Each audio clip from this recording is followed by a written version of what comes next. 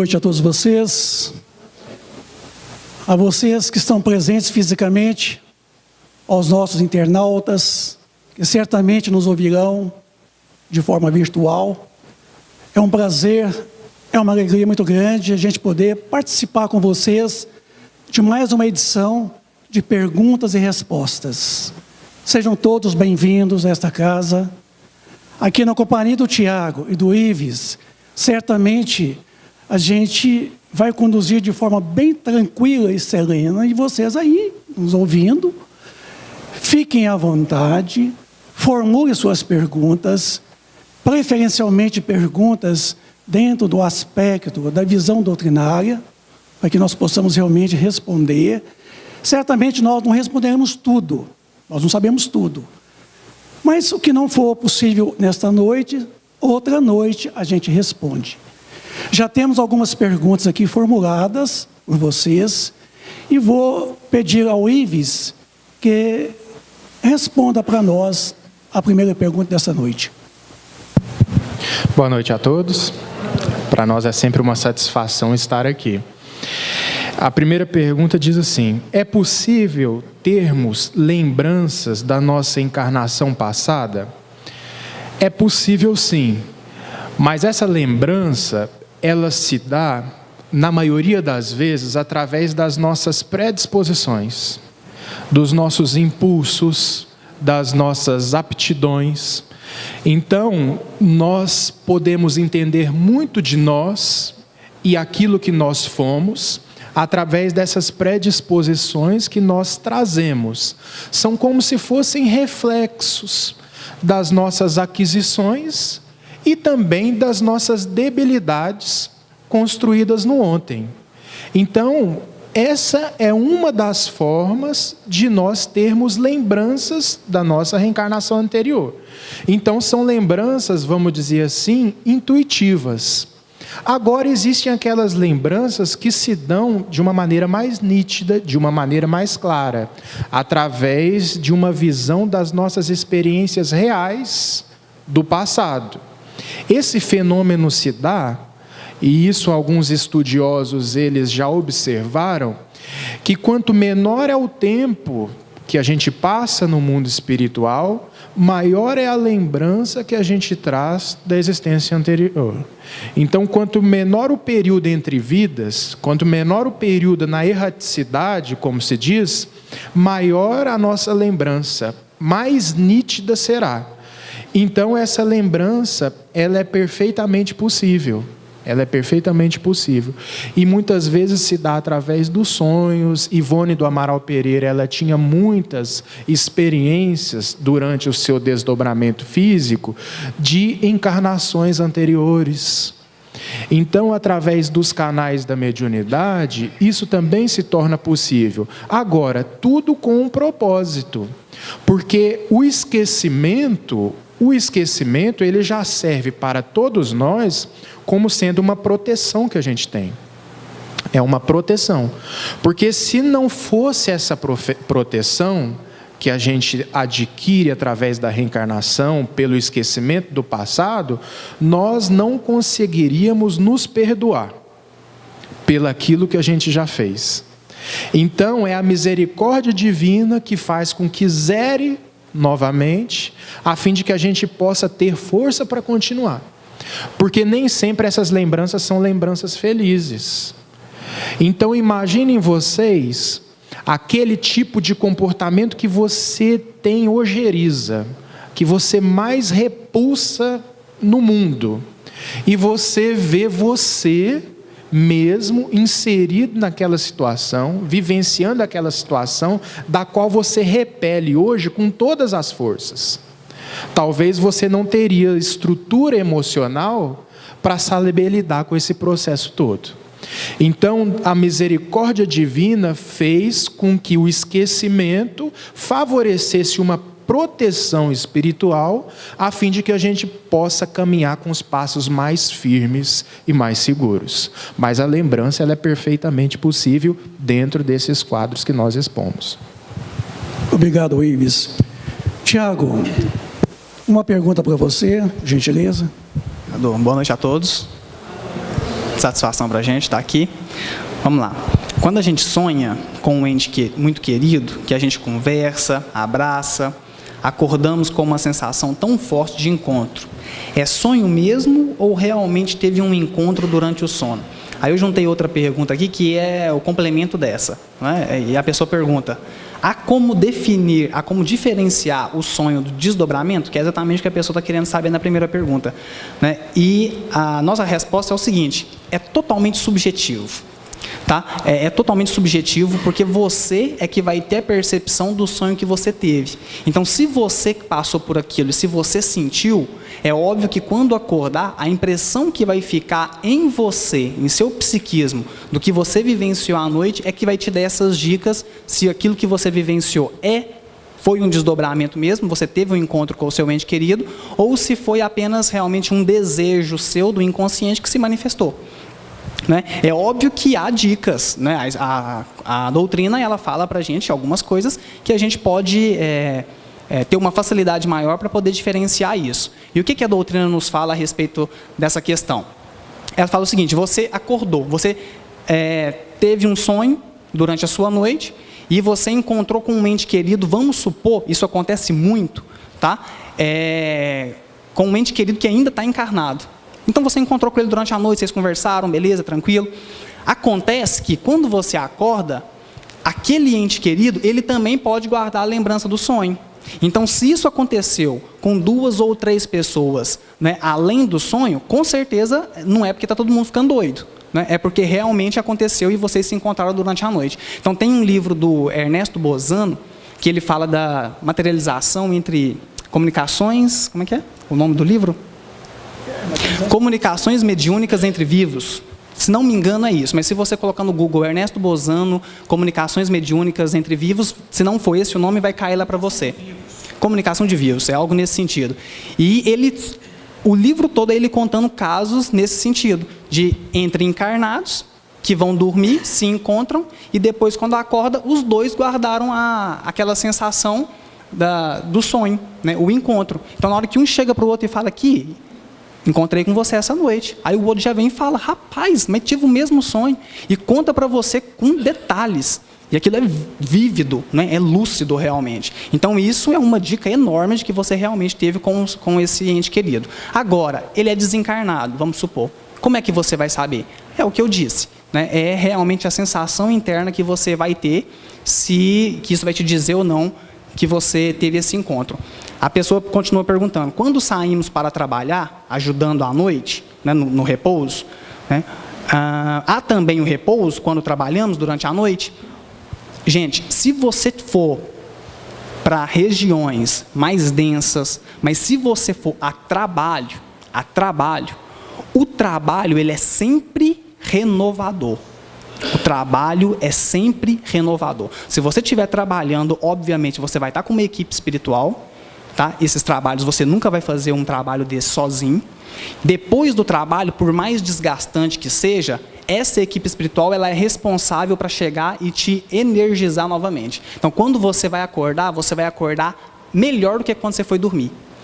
Também é uma dica enorme para você saber como é que tá os seus encontros aí durante a noite. Você acorda mais cansado do que quando você foi dormir? Ou você acorda com uma vivacidade maior quando você foi dormir? É uma dica excelente. Porque se você acorda mais cansado do que quando você foi dormir, provavelmente os locais que você está visitando não são locais bacanas. Porque você está tendo uma drenagem de energia, uma drenagem de fluido vital durante a sua noite, né? E quando você acorda prostrado. Então, como saber realmente, como diferenciar?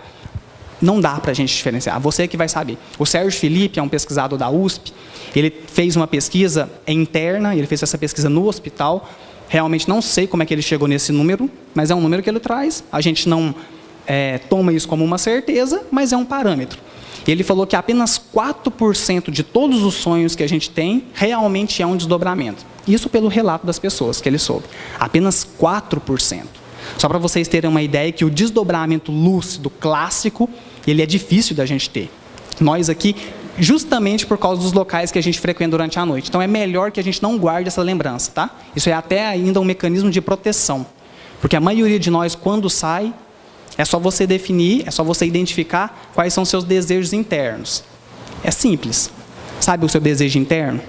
Você vive o seu dia lidando com o seu patrão, e você olha para ele e vontade de falar que ele não fala, né? Você olha para a esposa e você guarda. Aí chega às vezes durante o sonho, você explode tudo isso.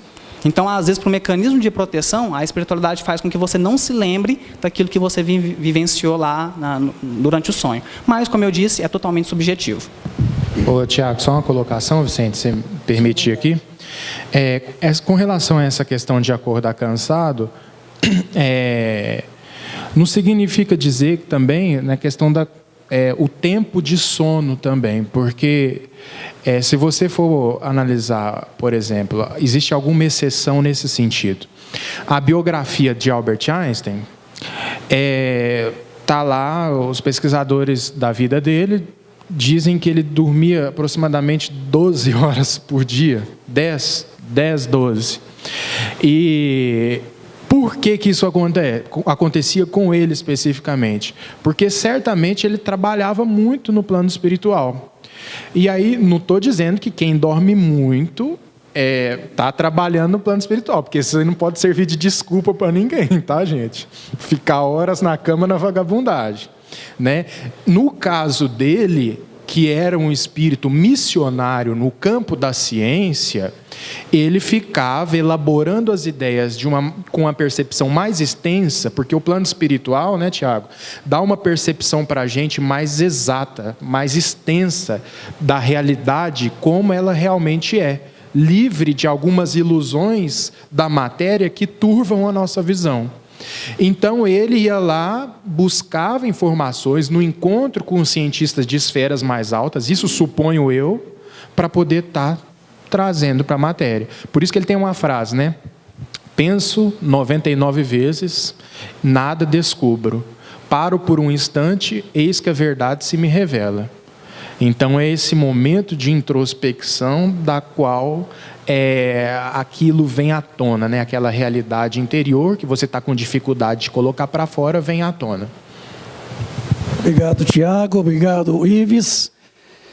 Divaldo Franco, numa palestra dele, realizada aqui em Divinópolis, Lições para a Felicidade, ele fez uma colocação que complementa o que o Ives colocou ainda há pouco.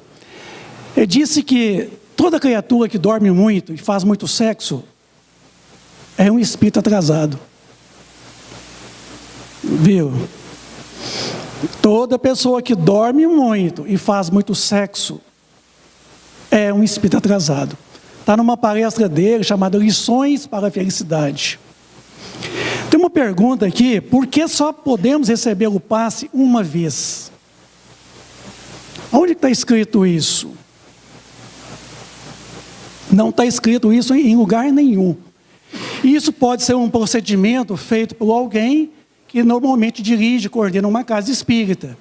Alguém que acha que o passe deve ser recebido somente uma vez. Não. O passe, ele é um recurso alternativo. Razão pelo qual você está sempre buscando o passe. Não pode virar uma atitude de papapasse. Quer dizer, tomar passe todos os dias, toda semana. O passe deve ser tomado na medida da necessidade de cada um. O passe não pode ser um vício, como a hóstia na igreja. O passe não é uma cura definitiva. A cura definitiva é o chamado recurso alterativo. Se o passe é um recurso alternativo, o recurso definitivo chama-se alterativo, que é alteração de comportamento, mudança de atitudes, mudança de pensamentos. Então, a gente sugere a essas pessoas que às vezes acham que não pode tomar mais do que um passe, ou outras que tomem passe demasiadamente, há que entender que por um passe eu posso me recuperar, e daí por diante cabe a mim manter-me na condição. Porque através do passe é um recurso que vem de forma exterior, com os recursos da espiritualidade maior. E o médium, a gente recebe os benefícios, a melhora vem e cabe a nós mantermos a nossa melhora. Não cabe a nós reincidirmos os mesmos erros de antes. Porque se reincidir os mesmos erros, vai ter que tomar o passo de novo. Então não pode virar um costume, um hábito, ou talvez assim, um hábito repetitivo, tomar muitos passes. Porque um passe é suficientemente para recuperar perdas do fluido vital, fazer com que as suas células recuperem as suas funções específicas, e daí por diante, você, o proprietário desse corpo, entre aspas, proprietário, né, gente? Você que tem esse corpo, que detenha ele, cabe a você manter a saúde dele. E a saúde começa na mente. Quem quiser entender melhor isso, está na pergunta 96 do livro Consolador de Emmanuel, quando ele nos coloca a respeito da questão de que as nossas doenças, ela tem antecedentes espirituais. Com isso, há enfermidades e há doenças. Se há enfermidades, a enfermidade é da psique, a enfermidade é da mente. E as doenças, nada mais do que a retratação das enfermidades no corpo físico. Então, quando você trata da enfermidade, vai exterminar, vai extinguir totalmente as doenças. Então, por isso que é imperioso que você verifique que não basta ficar tomando passe. E se você continua no mesmo comportamento de antes, mude o comportamento, mude o modo de pensar, o modo de viver, e logo os seus males desaparecerão. E não precisar de ficar tomando muitos passes. Mas não é regra somente um passe, não. Tome passes quantas vezes você julgar necessário. Estamos aqui para atender a vocês na medida das necessidades de vocês. Ives, uma pergunta para nós aí? Pergunta que diz é o seguinte, não é nenhuma pergunta, na verdade, a própria pessoa define como sendo uma crítica construtiva. Então, já que é construtiva, vamos ler, né? Hoje, dia 27/10/2015, palestra sobre homossexualidade, que, aliás, foi excelente. Só foi desagradável porque 3 pessoas, membros, trabalhadores, inclusive, pareciam 3 maritacas numa goiabeira. Alguém sabe como é que é maritaca em goiabeira?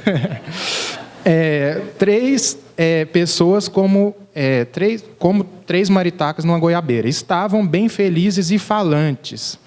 E tudo estaria ótimo se elas não estivessem dentro de um salão de reuniões, no exato momento da palestra.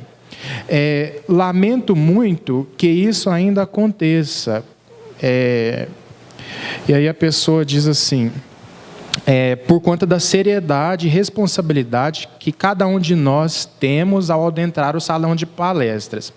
O silêncio também é uma caridade com aqueles que necessitam, que é o meu caso, de aprender mais sobre a doutrina e também para os que querem. Sem dúvida, né? Isso aqui está mais do que certo, mas a falta de educação, né, ela está em toda parte. Não é porque nós estamos dentro de uma casa espírita, né, que a gente não vai deixar com que os nossos hábitos, né, eles fiquem lá fora. Muita gente tem maus hábitos fora e trazem esses maus hábitos para a casa espírita, porque não é uma parede que divide uma casa espírita da rua que vai fazer com que a minha intimidade se transforme por um passe de mágica. Então, muitas vezes, a gente ainda traz aqui para dentro os nossos costumes, a nossa falta de educação, os nossos achismos, as nossas manias. E é até bom, porque aqui que é o lugar de tratamento, né? Então, é bom que a pessoa seja autêntica aqui, né? Mas que pelo menos também use o bom senso a fim de que não atrapalhe os trabalhos.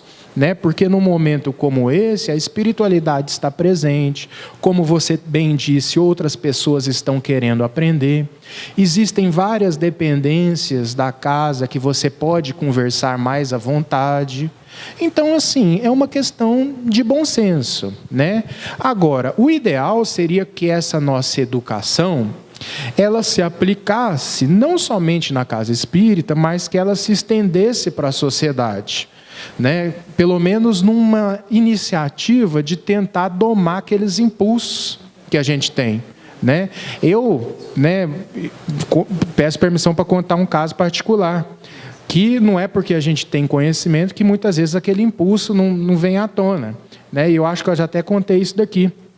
Eu estava na fila de uma padaria no supermercado e eu não sei o que aconteceu, que o atendimento estava péssimo e eu comecei a ficar indignado com aquilo. E aí eu fui reclamar para a senhora que estava na minha frente, eu fui esbravejar com a senhora que estava na minha frente. Aí ela virou para mim, antes de eu esbravejar, graças a Deus, e virou para mim e falou assim: você não é o Ives que faz palestra? Quem disse que eu esbravejei? Engoli, né? Falei, não, eu sou sim. Respirei fundo, né? Quase comecei a assoviar. Por quê? Né? A gente passa, queira ou não, a ser referências, né? E muitas pessoas encarnadas, né, nos assistem, e também os desencarnados, né? O pior está aí. Então, quanto mais a gente se esforçar para adquirir autenticidade, gente, interior, coerência entre aquilo que a gente fala com aquilo que a gente faz, é melhor. E é isso o objetivo da doutrina nas nossas vidas. O Chico Xavier, ele dizia o seguinte: a doutrina espírita tem 3 momentos na vida da gente. Um momento que a gente chega, muitas vezes cheio de vício, cheio de problema. O momento em que a doutrina espírita entra para dentro da gente. E um terceiro momento em que a doutrina espírita começa a sair de nós.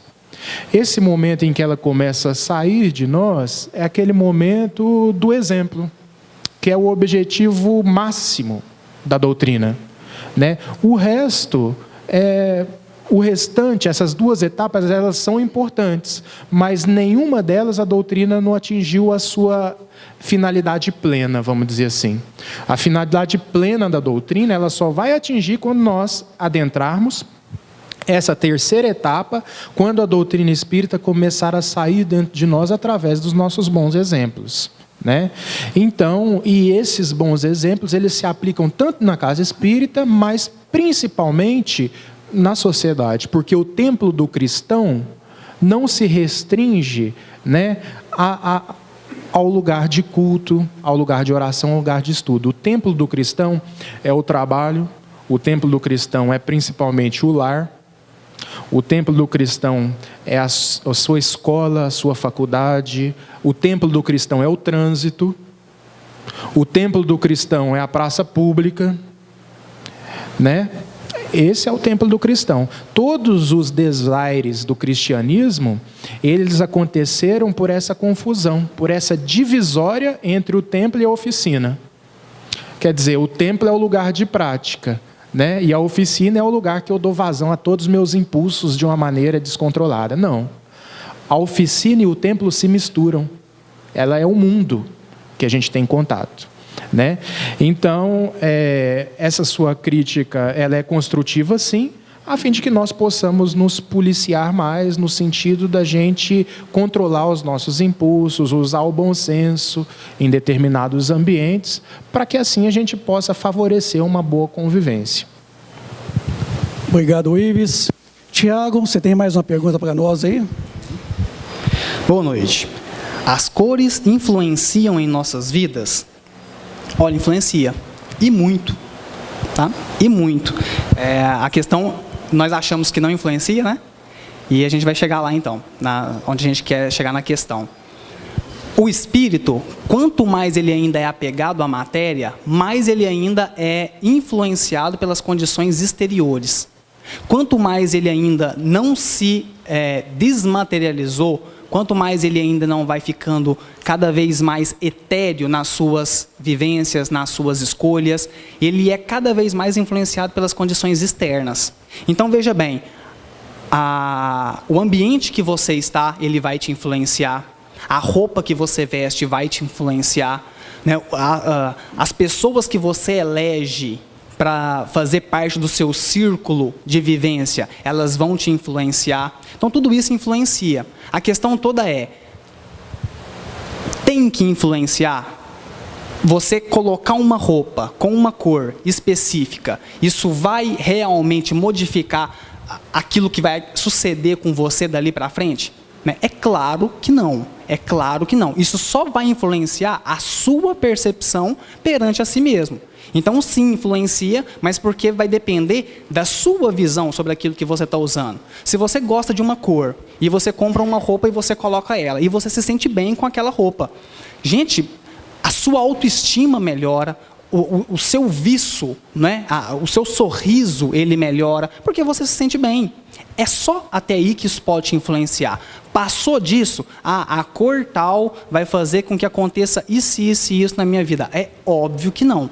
Porque as condições de comportamento das pessoas, além de você, elas não podem estar restritas a você colocar um tipo de cor ou não. Então a pessoa pergunta aqui, tem uma cor específica para o Réveillon? Tem. A que você escolher. Né? É óbvio. É a cor que você escolher, é a cor específica para o Réveillon. Então não existe isso de vou usar branco, vou ter paz, vou usar amarelo, vou ter dinheiro, vou usar vermelho, vou ter paixão. Isso não existe. Existe para nós, que ainda somos espíritos inferiores e nos deixamos influenciar pelas condições externas. Aí sim, essas condições elas vão alterar o nosso comportamento. Porque foi o que o Ives disse. Nós que ainda estamos nesse nível de evolução, nós ainda somos influenciados pelos comportamentos das pessoas à nossa volta. Então a gente ainda é influenciado se um quadro ele está no seu local certinho ou se ele está torto. E isso às vezes me irrita.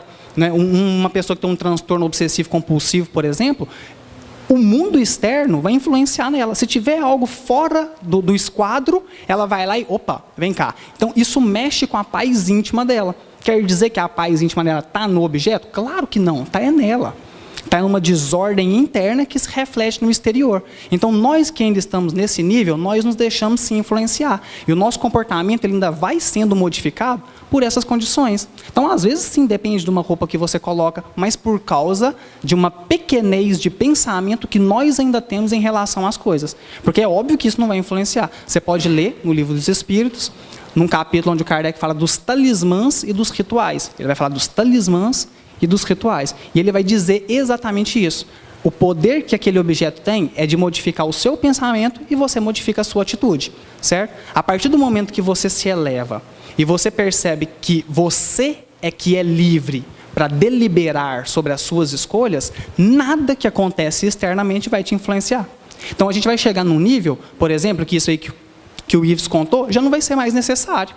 Que foi uma pessoa que foi influenciada por uma condição externa.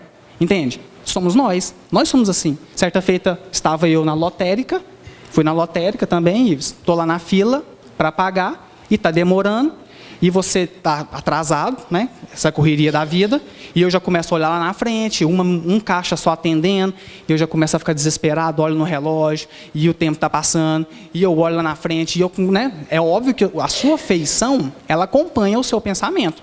Você não vai estar lá reclamando internamente, e por fora você vai estar rindo. Né? Então, por fora eu estava, né, com a cara brava, olhando lá para frente. De repente, eu percebo que tem uma menina na fila que está olhando para mim. E a menina está olhando. E eu estou vendo pelo canto de olho que a menina está observando. E eu já comecei na caraminhola. Gente, o que essa menina está me olhando? E eu pensei, será que ela está me paquerando? Aí eu olhei de novo, ela era bonita, sabe? Eu falei, não está não. Ela só não era mais bonita do que minha namorada, viu, gente, que está ali, né? Mas veja bem, aí eu já fiquei olhando. E eu, gente, o que essa menina está olhando? Na hora, eu já modifiquei o meu comportamento. Mas é no exato momento. Por quê? Porque a gente ainda é modificado. Aí a gente vem aqui e critica alguém que é influenciado por uma cor. Uai, você está sendo influenciado pelo ambiente externo da mesma forma. Entende? Então, quando surge uma pergunta dessa, é totalmente compreensível. Na hora que você lê o Kardec, vai ficar claro para você que a cor não influencia em nada. Mas qual que é a diferença dessa menina que me influenciou no meu comportamento, da mulher na padaria que influenciou o Ives, e de uma cor que influencia? Nenhuma. É o ambiente externo te influenciando. Então, na cabeça, eu já fiquei, né? Gente, será que essa menina já viu uma palestra minha? Não é? A caraminhola. Na mesma hora, eu mudei o comportamento. Então, eu que já estava de cara amarrado, na mesma hora, eu olhei lá para frente, soltei um sorriso, né? Nossa, mas enfrentar fila é uma beleza, né? É um calor, mas é uma coisa impressionante. E é uma gostosura danada. Porque o ambiente externo nos modificando. Obrigado, Tiago. Sou iniciante nos estudos do Espiritismo, atualmente católica, mas sempre tive interesse pela doutrina. Contudo, muitas vezes tenho medo, mesmo tentando não ter. O que posso fazer para controlar essa situação, além de me encontrar sempre em Jesus Cristo? O medo é uma situação assim, inicialmente dizendo que o medo sempre é o desconhecido. Quando nós tememos uma situação, uma coisa qualquer, é porque nós não temos ainda um conhecimento pleno disto ou daquilo. O medo, normalmente, ele surge de uma situação de um preconceito, tá? De uma situação em que você desconhece, mas se você está chegando na casa espírita, começando uma nova oportunidade de conhecer a doutrina espírita, você é um neófito, certamente você terá barreiras a enfrentar. Primeiro, o preconceito, às vezes, da família, da própria família, dos amigos, dos vizinhos. Quantas vezes temos que vencer esse preconceito inicialmente? Hoje eu vou ao centro espírita, e você vem o centro espírita Jesus de Nazaré. Aí você para o carro na esquina ali do semáforo, atravessa o semáforo, começa a descer, olha para um lado, olha para o outro, para ver se não tem nenhum conhecido seu, vendo você vindo ao centro espírita Jesus de Nazaré. Aí você vê que não tem ninguém olhando, você entra rápido no estacionamento. Entrou aqui, está mais tranquilo, né? Esse já é um preconceito em que você mesmo está criando em você. Agora, o medo é comum em todos nós que estamos começando na seara espírita. Primeiro que nós temos algumas criaturas que não nos querem o nosso bem. Essas criaturas, às vezes, são encarnados. Outros são desencarnados. A título de nos impedir essa nossa aproximação de um movimento espírita, às vezes pode acontecer esta influenciação espiritual, na tentativa de tirar você da trajetória da qual você está almejando. Quantas vezes o iniciante no espiritismo, na doutrina espírita, ele tem essa dificuldade, ele tem que enfrentar os preconceitos próprios, os preconceitos da família, da sociedade, e ainda essa perseguição de alguns algozes espirituais, que está vendo que você está começando uma nova tiara espiritual. E quando você então acostuma você começar a ter sonhos, situações tentando te amedrontar. Vença-se o medo. O medo deve ser vencido. Como? Primeiro, retirando todos os seus preconceitos. Como se retira os preconceitos? Aprendendo a doutrina espírita. Quantos de nós que chegamos aqui na casa espírita, até aqui de preconceitos? O que é um preconceito? É um conceito pré-estabelecido, em que a gente mesmo pré-estabelece. Então você já cria uma visão, já tentando te impedir. Retire esse preconceito. Arca com as consequências, a mudança de atitude. Eu vou ao centro espírita Jesus de Nazaré e vem mesmo, vem a pé para todo mundo ver.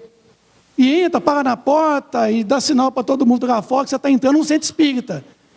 E entra, participe, vai embora e mostra para todo mundo que você foi no centro espírita Jesus de Nazaré. Aí você vai primeiro quebrar esse preconceito seu, esse temor, e vencer essa resistência espiritual, se é que ela possa existir ou estar existindo. Poder existir, podem. Resta saber se ela está existindo realmente. Então, é comum, Jesus está em toda parte. Ele está aqui, ele está no templo religioso protestante, católico, budista, não importa. Jesus está em toda parte, como diz o Ives, né? Esta oficina de trabalho é em toda parte, né? O altar nosso está em nossa própria consciência, como nos diz Leon Denis no seu livro Depois da Morte. Então, vença-se a si primeiro, tá?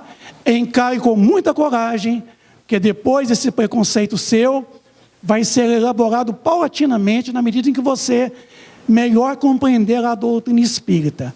Todos os temores acabarão. Ives, mais uma pergunta para nós aí? Sim. A pergunta chega assim, diz o seguinte: boa noite. Uma dívida kármica com uma pessoa que já foi paga na outra vida, terei que pagar de novo? Bom, primeiro a gente tem que destituir essa pergunta de um termo que eu acho horrível, né? Que seria pagar, porque ninguém paga nada para ninguém. Nós simplesmente nos reajustamos conosco mesmo. Nós ajustamos a nossa consciência em relação a infrações perpetradas por nós mesmos. Então não é a outro que eu tenho que pagar. Na verdade, é a mim mesmo que eu tenho que pagar, por incrível que pareça. É a mim que eu tenho que reajustar-me, e o outro nada mais é do que uma oportunidade que eu estou tendo de um reajuste. E às vezes eu acho que eu estou pagando o outro, mas na verdade é o meu professor. Na verdade, é o meu orientador naquilo que eu devo corrigir em mim mesmo, naquilo que eu devo ajustar em mim mesmo. A partir do momento em que há esse ressarcimento com a consciência, né, nós vamos nos livrando de determinadas situações, de determinados empecilhos da convivência, que muitas vezes fazem com que a gente saia do eixo, né?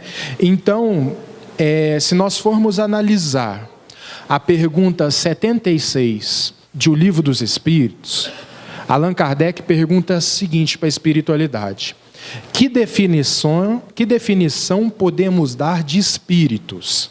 E entre outras coisas, a espiritualidade responde: os espíritos são seres inteligentes da criação. Espíritos, seres inteligentes da criação. Quando nós vamos fazer um link da pergunta 76 com a pergunta 72, que pergunta o seguinte: qual é a fonte da inteligência? E a espiritualidade responde: a inteligência divina, a inteligência universal. Isso nos faz deduzir que nós, como seres inteligentes da criação, precisamos retornar à fonte, a fim de que nós possamos estar certos do bom cumprimento, né, no emprego da nossa inteligência.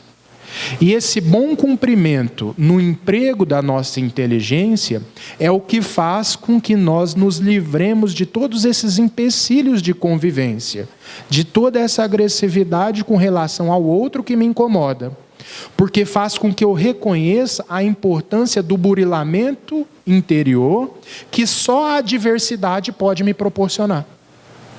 A facilidade, a boa convivência, as pessoas amáveis, as pessoas afáveis para conosco, não faz com que eu promova um esforço, por exemplo, no exercício da tolerância.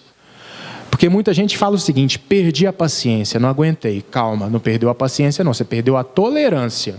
Porque paciência, enquanto virtude, é uma conquista definitiva. E toda conquista, quando você ganha, não tem como você perder. Agora, a gente vem exercendo a tolerância. Porque, na verdade, nós toleramos uns aos outros. Então, uma vez ou outra, a gente perde essa arte de tolerar. E a gente passa a não tolerar. Agora, conforme a gente vai tolerando, amaciando o nosso ego, amaciando os nossos impulsos inferiores, nós vamos tomando contato com essa realidade do ser paciente, que é uma outra coisa já. E para ser paciente, a gente precisa de alguém que teste a nossa paciência. É a triste notícia que eu tenho para dar para os senhores, né? Para a gente Como que eu sei que eu sou capaz de perdoar? Até eu ter que perdoar. Porque eu posso ouvir uma excelente exposição sobre as maravilhas do perdão. E aquilo pode fazer com que eu aclare os meus pensamentos. Mas aquilo só vai se tornar real enquanto conquista quando a situação de ter que perdoar bater a minha porta. Eu posso falar que eu sou super paciente, Mateus. Falar assim, sou super paciente. Vocês podem até acreditar, né? Vocês podem até me dar um crédito. Mas eu só vou provar que eu sou paciente quando alguém vir pisar no meu calo. Aí a importância das adversidades, das pessoas difíceis. Os sábios nos ensinam tanto quanto os ignorantes. O aprendizado é praticamente o mesmo, né? A sabedoria nos diz como fazer. A ignorância nos proporciona o campo em que a gente vai poder exercer, o estágio, né? Aquele estágio que todo mundo faz na faculdade. É anos de teoria, depois vem o estágio para a prática. Então, vamos dizer assim, os anos de teoria são aquilo que a gente vai aprendendo sobre moral, sobre ética, sobre espiritualidade. O estágio já é dentro da família, com a pessoa difícil, com aquele que pisa no seu calo, isso e aquilo. Então, a gente aprende a teoria da virtude com a sabedoria. E a gente aprende a prática da virtude com a ignorância. Obrigado, Ives. Só relembrando, pare de pedir paciência. Comece a agradecer. Porque se você pede, oh meu Deus, me dá paciência para aguentar esse marido chato, essa esposa intransigente, ele fica mais chato. Ela fica mais intransigente. Então comece a agradecer a Deus pela paciência já concedida, porque é prova, viu? Então não pede prova, não, que ela vem. Tiaguinho, para nos responder a última pergunta da noite de hoje, tá? E tem um pesquisador, né, ele fez uma pesquisa e ele descobriu que uma pessoa só fica boa em algo depois de 10 mil horas de treinamento naquilo. Então, imagina o que é você ter 10 mil horas de alguém pisando no seu calo, né? Aí você pode dizer que você é paciente ou não. Nós nos enervamos com uma porta que às vezes não fecha. Imagina, você passa, fecha uma porta, ela abre. Aí você vem, fecha de novo, ela... Na terceira vez você já chega e quase afunda ela. Né? Então a gente perde a paciência com uma porta. Imagina o que é você desenvolver essa paciência com as pessoas que você vive. É complicado. Como a doutrina explica a comunicação do povo hebreu no Antigo Testamento com Deus? Olha, a gente pode abordar essa pergunta de inúmeras formas, tá? Eu não sei realmente qual que era o direcionamento que a pessoa queria que desse. Se ela quiser conversar com a gente depois, tranquilo. Mas você pode responder essa pergunta de inúmeras formas. Mas basicamente, tentando fazer um apanhado geral, por que Deus escolheu o povo hebreu para trazer a mensagem dele? A resposta é mais do mesmo. É aquela que a gente já sabe. Porque era o povo mais preparado para receber a mensagem dele naquela época. Não é? A gente sabe, se você pode ler um livro chamado A Caminho da Luz. Esse livro, o Emmanuel fala daqueles espíritos que vieram de Capela. E eles vieram para cá, porque lá eles estavam rebeldes. Então eles tinham um nível de conhecimento maior. Eles tinham um nível de moral maior do que nós aqui agora temos. Só que para a evolução daquele planeta, eles estavam rebeldes. Então aquele grupo é retirado de lá e é trazido para cá. Daí o Emmanuel faz um estudo histórico interessantíssimo das 4 raças, ou melhor, dos 4 grandes grupos que derivaram desse povo que veio lá de Capela. E um desses grupos que veio de lá são os hebreus, né? É o hebreu. É esse povo hebreu.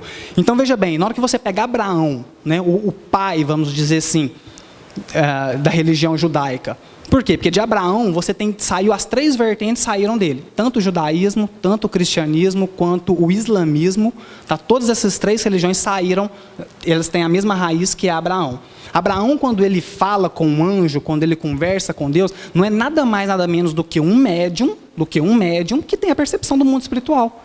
Então, por que eles foram escolhidos? Porque eles eram os espíritos mais evoluídos daquela época, então eles tinham a tarefa de sair de um politeísmo e trazer para um monoteísmo.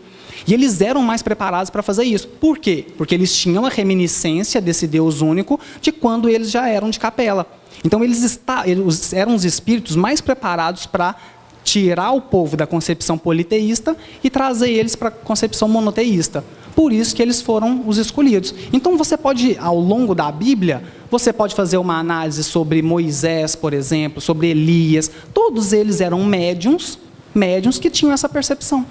Se você vai estudar Moisés tinha a tenda da renovação, se não me engano. O que era isso? Era uma cabine mediúnica, gente. Nada mais, nada. Moisés era médium de materialização, de efeitos físicos. Era nada mais, nada menos do que... Você vai ler o Êxodo, está lá. E Moisés entrou na sua tenda e uma nuvem branca se apossou sobre ela. E dela saiu uma voz. Que coisa mais simples para a gente entender. Uma tenda, um médium liberando ectoplasma. O ectoplasma, ele é branco, né? Ele é vaporoso, mas ele é branco. É essa nuvem que eles anotaram como se fosse nuvem. E dela saiu uma voz. É o Espírito se manifestando. Nada mais, nada menos do que isso. Então, Moisés, Elias, tantos outros, eram médiuns que tiveram essa missão de trazer para a concepção monoteísta. Assim como os franceses, no século XIX, tiveram a missão de trazer a doutrina espírita. Por quê? Porque lá era o berço do conhecimento, onde há 60 anos atrás tinha acontecido a Revolução Francesa. Então, ou seja, era o berço do conhecimento. Por isso aquele povo foi escolhido, porque lá a ideia podia vingar. Vingou. Tanto que a gente está aqui falando deles até hoje. Mas não tanto quanto o esperado. Aí foi transposto para onde? Para cá. Aí nós brasileiros também fomos os escolhidos. Por quê? Porque o povo que estava encarnando aqui era um povo mais sofrido, né? Isso eu não preciso de dizer, eu espero que vocês saibam, né? Que o povo brasileiro é um povo sofrido. Então, o sofrimento ele tem essa vantagem de fazer com que você fique mais dócil aos conhecimentos. Então, por isso que depois a doutrina espírita foi transposta, né, aqui para o Brasil, e nós tivemos essa responsabilidade maior de divulgá-la. Não é? Então, eu espero ter respondido, não sei se foi nesse sentido que ela fez a pergunta, mas se quiser conversar com a gente aí depois, a gente está à disposição. Obrigado.